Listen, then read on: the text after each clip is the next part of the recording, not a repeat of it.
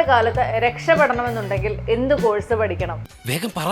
പല കോഴ്സുകളുണ്ട്. ഇപ്പം UG കഴിഞ്ഞ കുട്ടികൾക്കാണെങ്കിൽ MBAക്ക് പോവാം. ഈ ആർട്ടിഫിഷ്യൽ ഇന്റലിജൻസ് വന്ന കാലത്ത് ഇത് നമ്മൾ പഠിച്ചതുകൊണ്ട് വല്ല കാര്യമുണ്ടോ? 100ഓളം വേക്കൻസീസ് കുറഞ്ഞാൽ പോലും ഇതിൻ്റെ തന്നെ 1000ഓളം വേക്കൻസീസ് നമുക്ക് ഇനിയും വരും. ആർട്ടിഫിഷ്യൽ ഇന്റലിജൻസ് അത് ഇത് ചെയ്യാൻ വേണ്ടിയിട്ട് മനുഷ്യർ തന്നെ വേണം. ഇപ്പൊ ടെക്നിക്ക് ഇവിടെ കിട്ടി. ഇന്നത്തെ കാലത്ത് BAയും MAയും ഒക്കെ പഠിച്ചു പോയിട്ട് പ്രത്യേകിച്ച് ഒരു കാര്യമില്ല എന്നുള്ളതാണ്. അങ്ങനെ പറയരുത്. അതൊരു ഔട്ട്ഡേറ്റഡ് കോഴ്സ് ആണെന്ന് പറയുന്നത് ഒരു തെറ്റായ ധാരണയാണ്. എന്റെ മോള് ഡിഗ്രിയാണടാ ഡിഗ്രി. ഞാൻ മാത്സ് പഠിക്കാൻ അത്ര പോരാ, അങ്ങനെയാണെങ്കിൽ ഞാൻ എന്ത് പഠിക്കണം?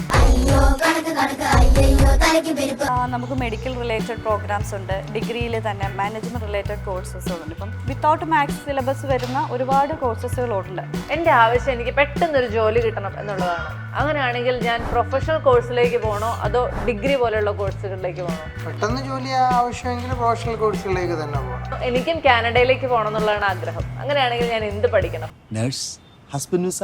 മെഡിക്കൽ കോഴ്സ് ഏതെങ്കിലും തന്നെ എടുക്കുന്നതായിരിക്കും നല്ല. കാര്യം അവിടെ ഏറ്റവും കൂടുതൽ ഓപ്പർച്യൂണിറ്റി ഉള്ള കോഴ്സ് മെഡിക്കൽ ഫീൽഡ്. ഞാൻ +2 കഴിഞ്ഞു, പക്ഷെ എനിക്ക് ഇംഗ്ലീഷിൽ അത്ര കോൺഫിഡൻസ് ഇല്ല. അങ്ങനെയാണെങ്കിൽ ഞാൻ ഏത് കോഴ്സിലേക്ക് തിരിയുന്നതായിരിക്കും നല്ലത്? നമ്മൾ നാട്ടിലൊരു കോഴ്സ് ചെയ്യുന്നുണ്ട് എന്ന് പറഞ്ഞത് കൊണ്ട് ഇംഗ്ലീഷ് ഫ്ലുവൻസ് ആവണമെന്നില്ല. But why? The coefficient of linear expansion is the position of the hemoglobin in the atmosphere.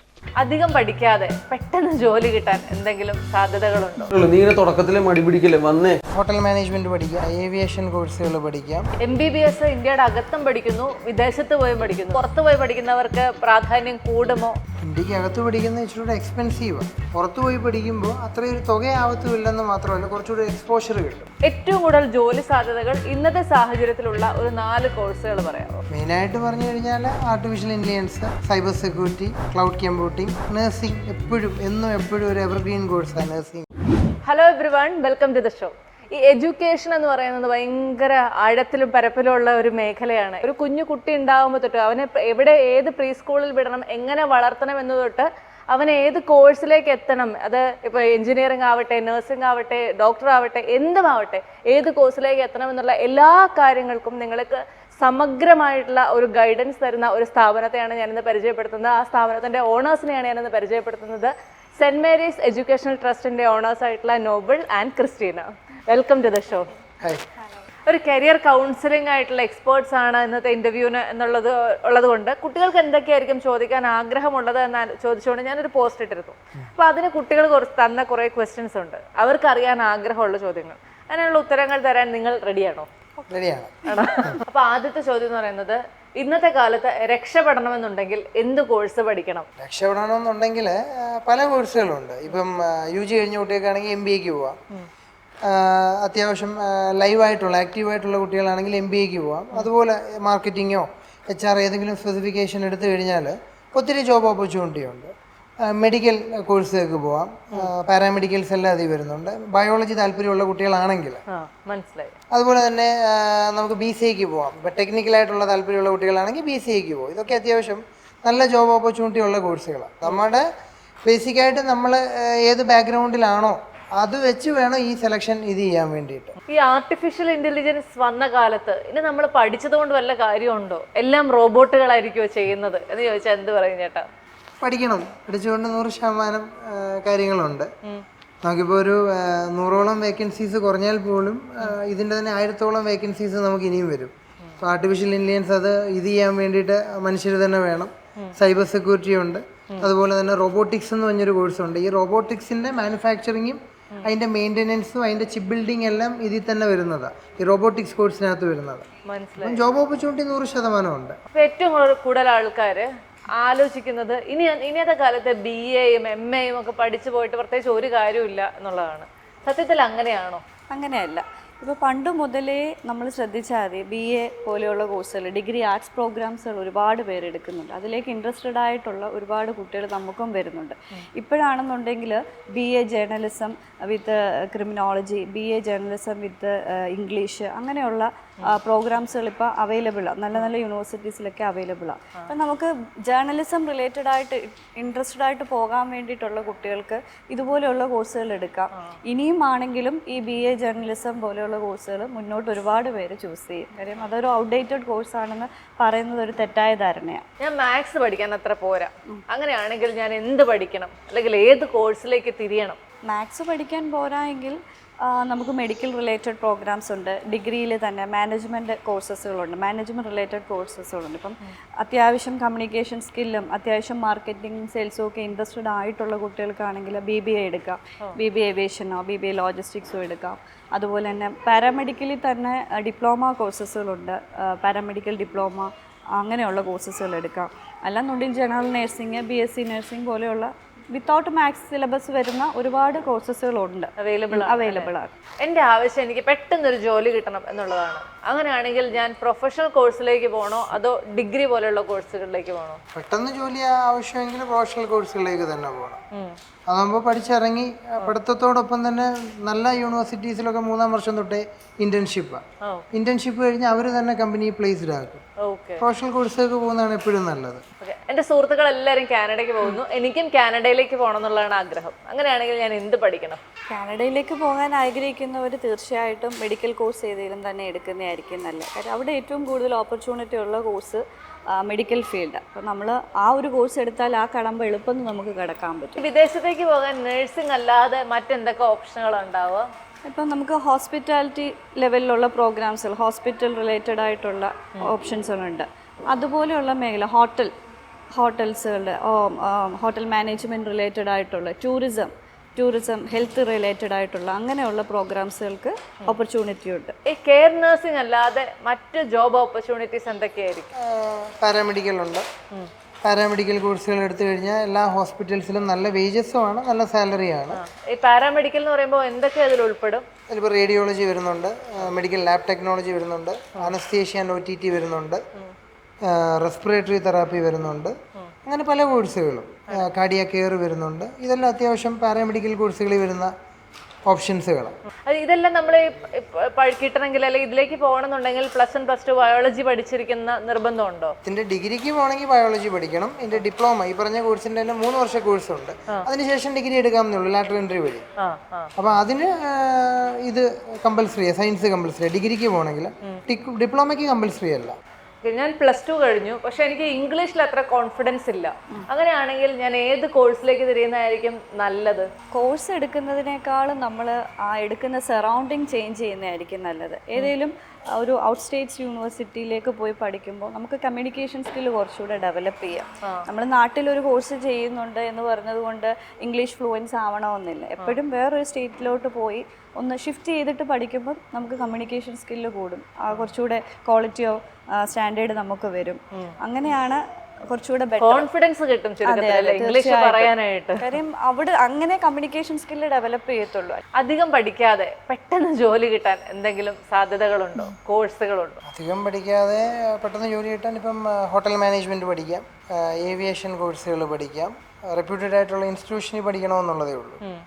Paramedical diploma കോഴ്സുകളും പാരാമെഡിക്കലും പഠിക്കാം.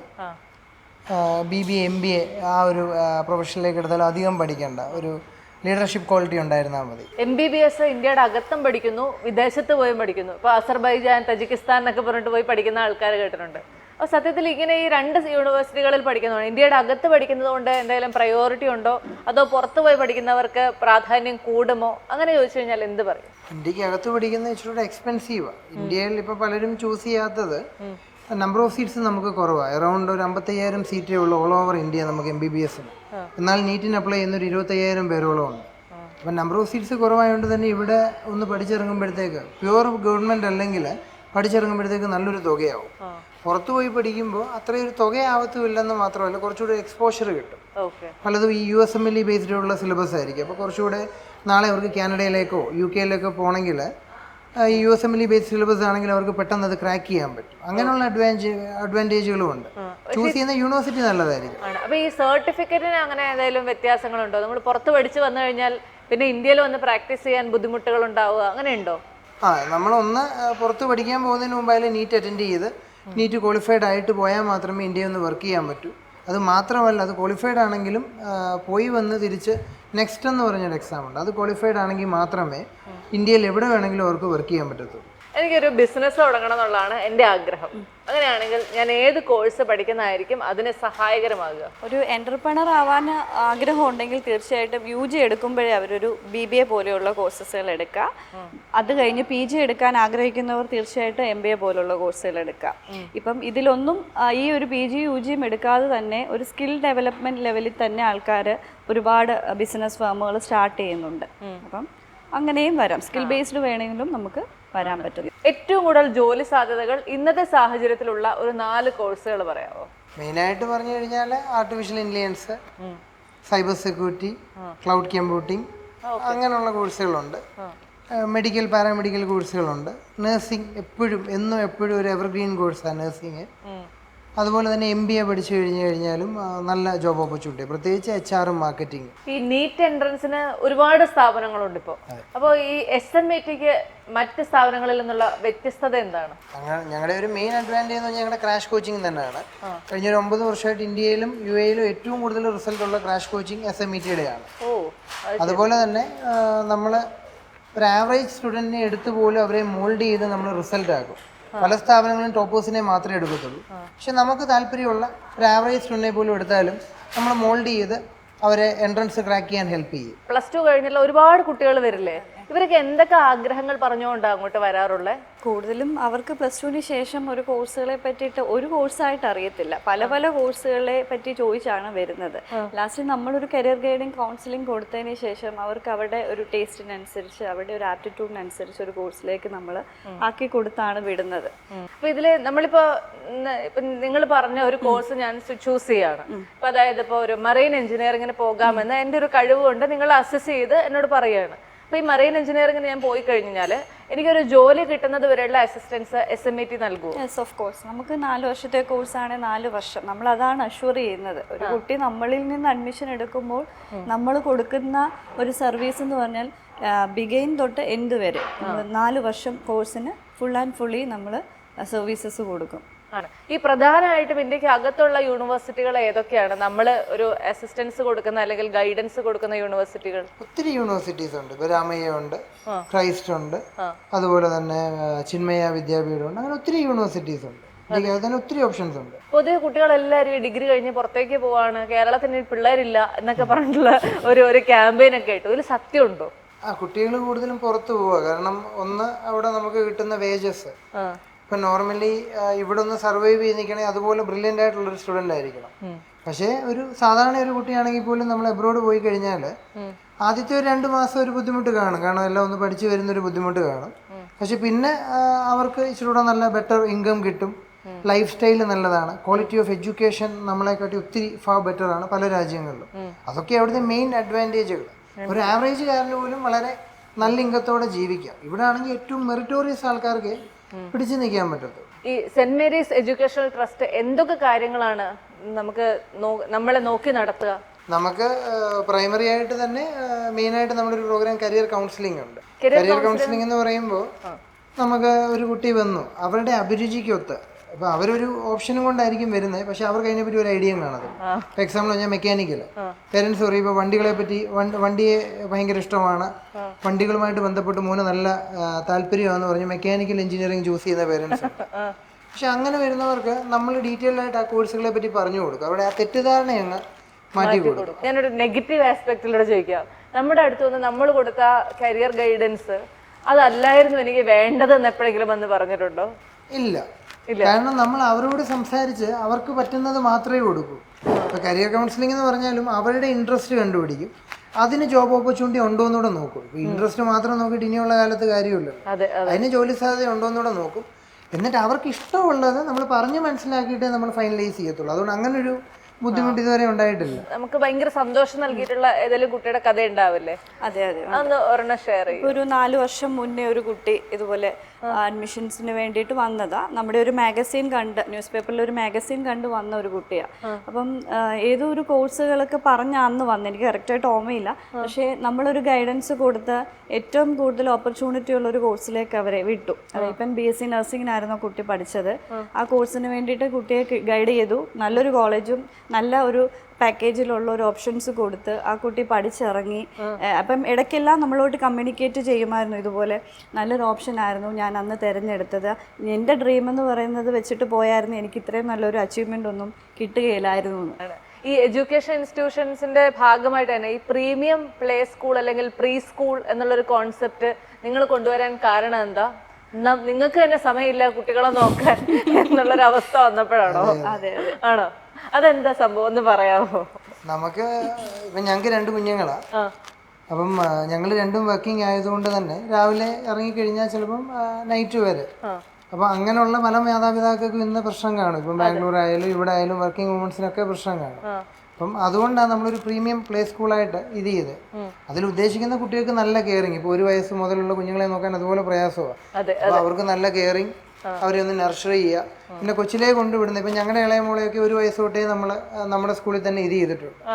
അപ്പം പെട്ടെന്ന് അവർ ഇന്ററാക്ട് ചെയ്യും, പെട്ടെന്ന് അവർ സംസാരിക്കും.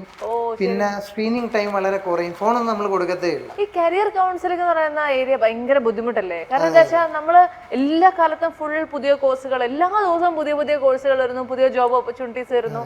അപ്പൊ നിങ്ങൾ എങ്ങനെ ഇതിൽ അപ്ഡേറ്റഡ് ആയിരിക്കുന്നത്? നമ്മൾ ത്രൂ ഔട്ട് നമ്മുടെ ഒരു ഗ്രൂപ്പ് ഓഫ് നമ്മുടെ ടീം മെമ്പേഴ്സ് തന്നെ റെഗുലർ ആയിട്ട് എല്ലാ അപ്ഡേറ്റുകളും അവരായിട്ട് തന്നെ അതിനായിട്ടൊരു ടീമുണ്ട്. അവർ എന്ത് കോഴ്സ് വന്നാലും അതിൽ എന്ത് അപ്ഡേറ്റുകൾ വന്നാലും അവരത് അപ്ഡേറ്റഡ് ആയിട്ടേ ഇരിക്കും. അത് പഠിക്കുക.